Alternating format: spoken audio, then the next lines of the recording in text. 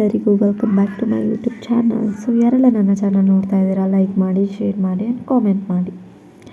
So ಈ video ಬಂದು last I think ಇದು ಬಂದು ಸಂಡೇ ವ್ಲಾಗ್ ಅಂತ ಅಂದ್ಕೊತೀನಿ. ಸೊ ನಾವು ಸಡನ್ನಾಗಿ ಎಲ್ಲಾದರೂ ಹೋಗೋಣ ಅಂತ ಪ್ಲ್ಯಾನ್ ಮಾಡ್ಕೊಂಡ್ವಿ. ಅದು ಎಲ್ಲಿಗೆ ಅಂತ ಹೇಳಿದ್ರೆ ಮೈಸೂರಿಗೆ. ಸೊ ನಾನು ಬಾವ ಅಕ್ಕ ಎಲ್ಲರೂ ಮೂವರು ಕೂಡ ರೆಡಿ ಆಗಿಬಿಟ್ಟು, ಪ್ಲ್ಯಾನ್ ಇರಲಿಲ್ಲ, ಸಡನ್ನಾಗಿ ಹೊರಡೋಣ ಅಂತ ಹೇಳ್ಬಿಟ್ಟು ಸೊ ಹೊರಟ್ವಿ. ಆಮೇಲೆ ಬೇಗ ರೆಡಿಯಾಗಿ ರೈಲ್ವೆ ಸ್ಟೇಷನ್ ನಾವು ರೀಚ್ ಆದ್ವಿ. ಬಾವ ಟಿಕೆಟ್ ತೊಗೊಳ್ಳೋದಕ್ಕೆ ಹೋಗ್ತಾಯಿದ್ರು. ಅವರು ಗಾಡಿ ಪಾರ್ಕ್ ಮಾಡಿ ಬರೋದು ಲೇಟ್ ಆಯಿತು.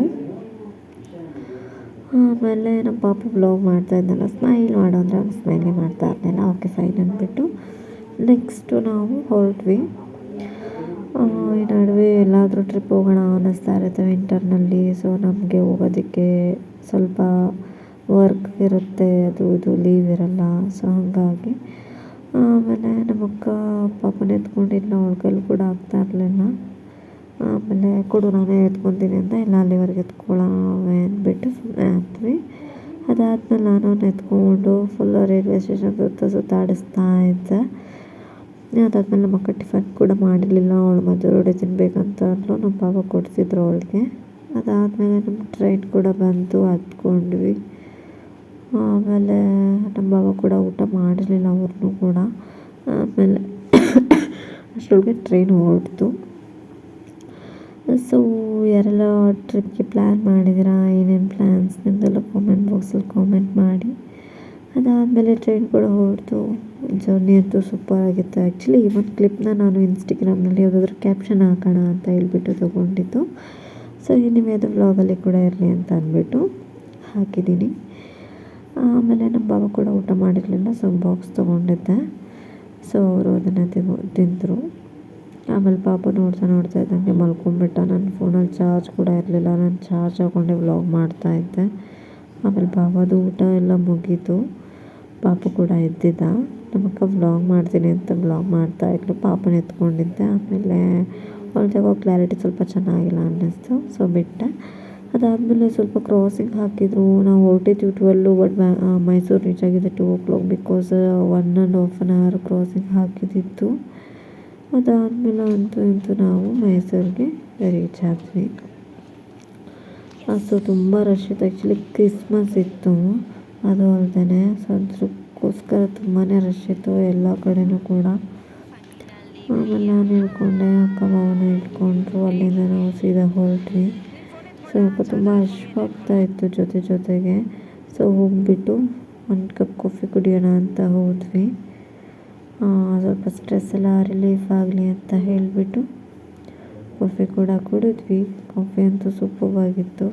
ಒಂದ್ಸಲ ನೀವು ಟ್ರೈ ಮಾಡಿ ಮೈಸೂರಿಗೆ ಬಂದರೆ. ಅದಾದಮೇಲೆ ಹಾಗೆ ಕುತ್ಕೊಂಡು ಹೋಗ್ತಾ ಇದ್ವಿ. ನನಗೊಂದು ಲಗೇಜ್ ಬೇರೆ ಇತ್ತು, ಬ್ಯಾಗು. ಬಾಬಾ ಪಾಪ ಎತ್ಕೊಂಡಿದ್ರಲ್ಲ, ಸೊ ಅದರಿಂದ ನಾನು ವ್ಲಾಗ್ ಮಾಡ್ತಾನೆ ಒಂದು ಕಡೆ ಸ್ಕಿಡ್ಡಾಗಿ ಬೀಳ್ತಿದ್ದೆ. ನಮ್ಮ ಅಕ್ಕ ಸಂಧ್ಯೆ ಹಿಡ್ಕೊಂಡ್ಲು. ವ್ಲಾಗ್ ಮಾಡ್ತಾ ನಮ್ಮನ್ನೇ ನಾವು ಮರ್ತು ಬಿಡ್ತೀವಿ. ಸೊ ಅದ್ರಲ್ಲಿ ನಾನು ಎತ್ತಿದ ಕೈ ಅಂತಲೇ ಹೇಳ್ಬೋದು.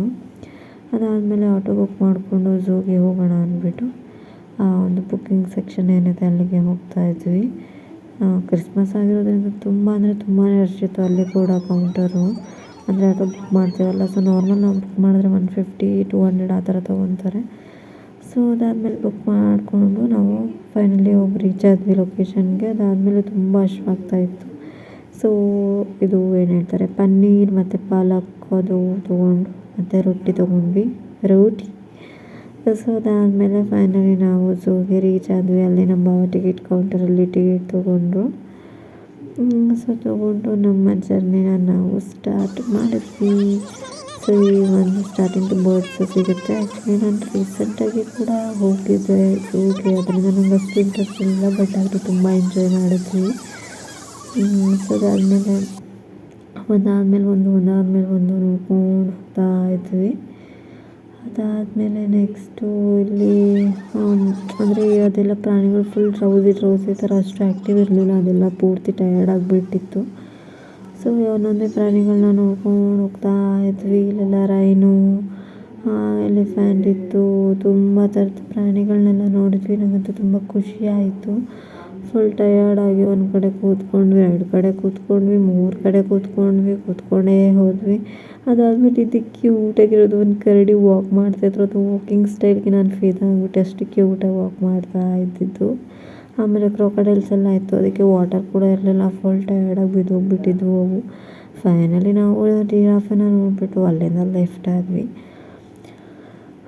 ನಮಗಂತೂ ಫುಲ್ಲು ಟಯರ್ಡ್ ಆಗಿಬಿಟ್ಟಿತ್ತು. ಅದು ಒಂದು 4-5 ಕಿಲೋಮೀಟರ್ಸ್ ನಾವು ವಾಕ್ ಮಾಡಿದ್ದು. ಅದು ಪಾಪ ಇಟ್ಕೊಂಡಂತ ಪಾಪ ನಮ್ಮ ಪಾಪ ಫುಲ್ ಟಯರ್ಡ್ ಆದರು. ಸೊ ಅಲ್ಲಿಂದ ನಾವು ಆಟೋ ಬುಕ್ ಮಾಡ್ಕೊಂಡು ರೈಲ್ವೆ ಸ್ಟೇಷನ್ಗೆ ರೀಚ್ ಆದ್ವಿ. ಸೊ ಆ ಕಡೆಯಿಂದ ಬರ್ತಾ ಟಯರ್ಡ್ ಆಗಿದ್ವಿ ಅಂತ ಹೇಳಿಬಿಟ್ಟು ಅಲ್ಲಿ ಕೂಡ 1 ಕಪ್ ಕಾಫಿನ ನಾವು ಕುಡಿದ್ವಿ. ಅದಾದಮೇಲೆ ಟ್ರೈನ್ ಫೈನಲಿ ಸಿಕ್ತು ನಮಗೆ. ಅಲ್ಲಿಂದ ಹೊರಟ್ವಿ ಸೀದಾ ಮಂಡ್ಯ ಕಡೆ. ಸೊ ಫೈನಲಿ ನನಗಂತೂ ತುಂಬಾ ಇಷ್ಟ ಆಯಿತು. ಪಾಪು ಕೂಡ ತುಂಬ ಎಂಜಾಯ್ ಮಾಡಿದೆ. ನಾವು ಒಂದು ರೌಂಡ್ ಹಾಕುವಷ್ಟರೊಳಗೆ ಅವ್ನು ಬಂದು ನಿದ್ದೆನೇ ಆಗಿಬಿಟ್ಟಿತ್ತು ಅವನು. ಆ್ಯಂಡ್ ಈವ್ನಿಂಗ್ ವ್ಯೂ ಅಂತೂ ಸೂಪರ್ವಾಗಿತ್ತು ಟ್ರೈನಲ್ಲಿ. ಅದಾದಮೇಲೆ ಪಾಪಗೆ ಚಳಿ ಆಗುತ್ತೆ ಅಂತ ಹೇಳಿಬಿಟ್ಟು ಈ ಥರ ಫುಲ್ ಕವರ್ ಮಾಡಿಬಿಟ್ಟಿದ್ವಿ. ತುಂಬ ಕ್ಯೂಟ್ ಕಾಣಿಸ್ತಾ ಇತ್ತು. ಸೊ ತುಂಬ ಎಂಜಾಯ್ ಚಿಕ್ಕ ಚಿಕ್ಕಗಳಿಗೆ ಎಷ್ಟು ಖುಷಿ ಕೊಡುತ್ತೆ ಅಂತ ನನಗೆ ತುಂಬ ಟ್ರಿಪ್ ಮಾಡಿದ್ದೀನಿ. ಫೈನಲಿ ನಾವು ಇವಾಗ ಮಂಡ್ಯ ರೀಚ್ ಆದ್ವಿ. ಟೈಮ್ ಬಂದು 7 ಗಂಟೆ. ಸೊ ಇದಿಷ್ಟು ನನ್ನ ವ್ಲಾಗ್. Thank you. ನನ್ನ ನೆಕ್ಸ್ಟ್ ವೀಡಿಯೋಗೆ ಕಾಯ್ತಾ ಇರಿ.